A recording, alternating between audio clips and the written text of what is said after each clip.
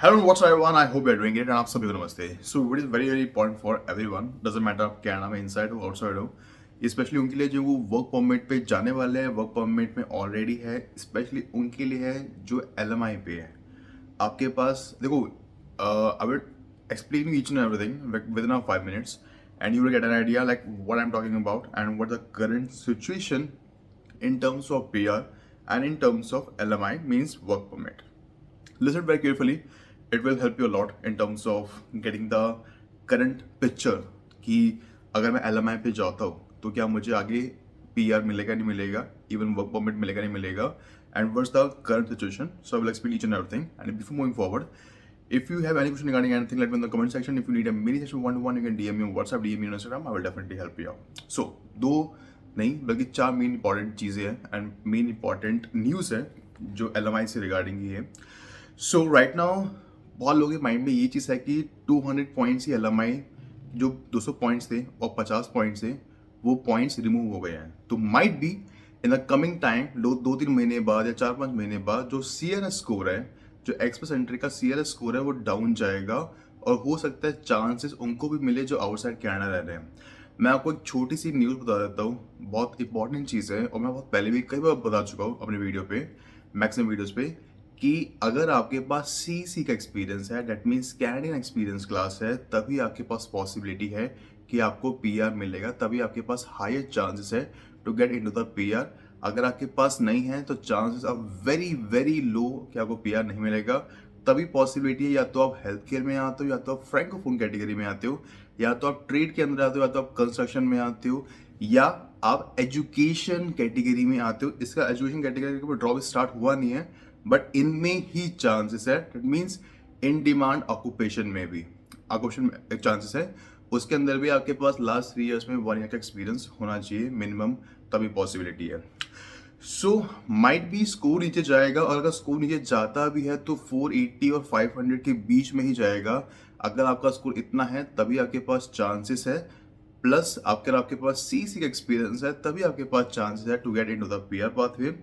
दूसरी most important चीज, after removing LMI points, there are still 21,000 people who having a score of more than 500. I'm repeating. LMI के points remove होने के बाद भी तब भी 21,000 लोग ऐसे हैं जिनका जो CRS स्कोर है वो 500 से ऊपर है, और भी जो CRS स्कोर जा रहा है वो 510 सॉरी 520 527 तक जा रहा है. तो 500 से ऊपर होने वाले भी अभी 21,000 लोग हैं. मीन्स अभी भी बहुत टफ कॉम्पिटिशन है. So only 4,000 people were in 501 to 600 range who claimed LMI points before the removal. Means 4,000 लोग ऐसे थे जिनका जो 501 से 600 के बीच में रेंज थी.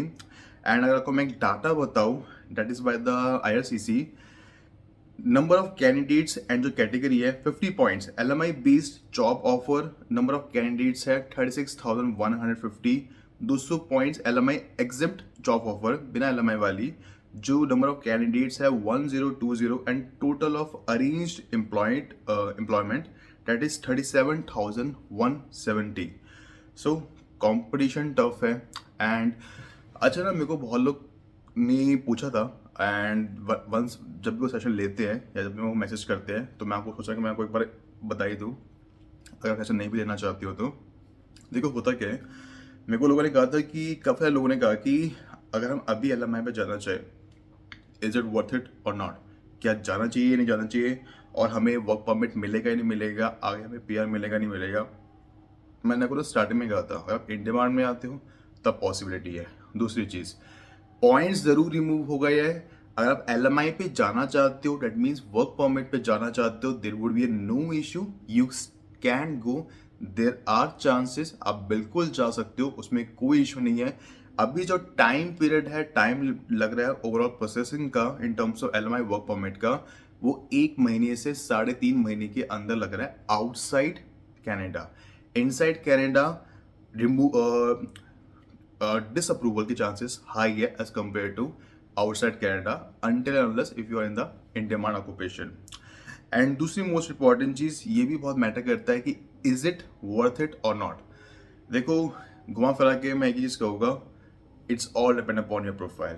एंड बहुत लोग ये भी पूछते हैं कि यार अभी कनाडा जाए, जॉब्स तो है नहीं, मार्केट डाउन है, इन्फ्लेशन इतना ज़्यादा, अनएम्प्लॉयमेंट इतना ज़्यादा है, हाउसिंग क्राइसिस चल रहा है, गवर्नमेंट भी चेंज हो सकती है, 28 अप्रैल को इलेक्शन है, जो भी जल्दी इलेक्शन होने हैं, माइट बी लिबरल गवर्नमेंट जीते, माइट बी कंजर्वेटिव गवर्नमेंट जीते, तो what do think, is it really worth it और नॉट?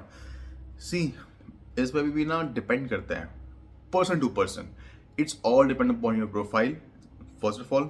दूसरी चीज, आप लाइफ में करना क्या चाहते हो। तीसरी मोस्ट इंपॉर्टेंट चीज, अगर आप बिजनेस आइडिया है then I would highly suggest you should go to Canada. अगर आप इंपोर्ट एक्सपोर्ट करना चाहते हो, कुछ बिजनेस खोलना चाहते हो, किस चीज़ का, ये भी डिपेंड करता है। अगर सोचो मैं रेस्टोरेंट खोल लूँ तो आई डोंट थिंक सो, करो लेकिन वहाँ जो एक मेट्रोपॉलिटन बिग सिटीज है जहाँ पे पॉपुलेशन ज़्यादा है, this is what I can recommend you.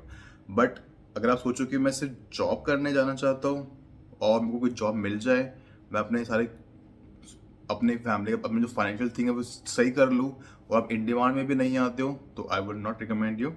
दूसरी मोस्ट इंपॉर्टेंट चीज़, अगर आप स्टडी वीज़ा पर जाना चाहते हो, +2 के बाद ग्रेजुएशन करना चाहते हो, डिप्लोमा मास्टर डिप्लोमा करना चाहते हो, सर्टिफिकेट करना चाहते हो, 1+1 करना चाहते हो, मैं कभी भी रिकमेंड नहीं करूँगा। +2 के बाद कभी मत जाओ, ग्रेजुएशन के बाद जाओ, 2-3 साल का एक्सपीरियंस लेके जाओ, 3 साल का एक्सपीरियंस लोगे, उसके बाद मास्टर्स करोगे अगर स्टडी पे जाना चाहते हो, दिस उसके लिए मैं आपको रिकमेंड करूंगा, अदरवाइज मैं और किसी चीज़ के लिए बिल्कुल भी रिकमेंड नहीं करूंगा। So this is what I have a suggestion for you. 200 point जरूर रिमूव हो गए, 50 पॉइंट जरूर रिमूव हो गए एलएमआई के लिए। आप स्टिल जाना चाहते हो एलएमआई के लिए, you can go. If you need any help you can DM your WhatsApp, DM your Instagram, I will definitely help you out. But make sure आप जिस एलएमआई पे जा रहे हो और जो एलएमआई ले रहे हो, जिस इंडस्ट्री में जा रहे हो, वो इन डिमांड और आगे वो आपकी पीआर में भी हेल्प करे। इट्स और पीआर में कैसे हेल्प करती है, आपकी एज, आपकी क्वालिफिकेशन, आपका पास्ट का एक्सपीरियंस, आप किस इंडस्ट्री में जा रहे हो, किस प्रोविंस में जा रहे हो, इन डिमांड में आता है या नहीं आता, इन सिंपल लैंग्वेज आपका कितना सीआरएस स्कोर बन रहा है, तो बहुत सारी चीज़ें मैटर करती है। So if you need any help just DM me WhatsApp, DM Instagram, I will definitely help you out and I will recommend you watch my other videos also. You can get an idea that is it worth it और not to move to Canada और not. So video यहीं पे and करता हूं, तब तक के लिए गुड बाय।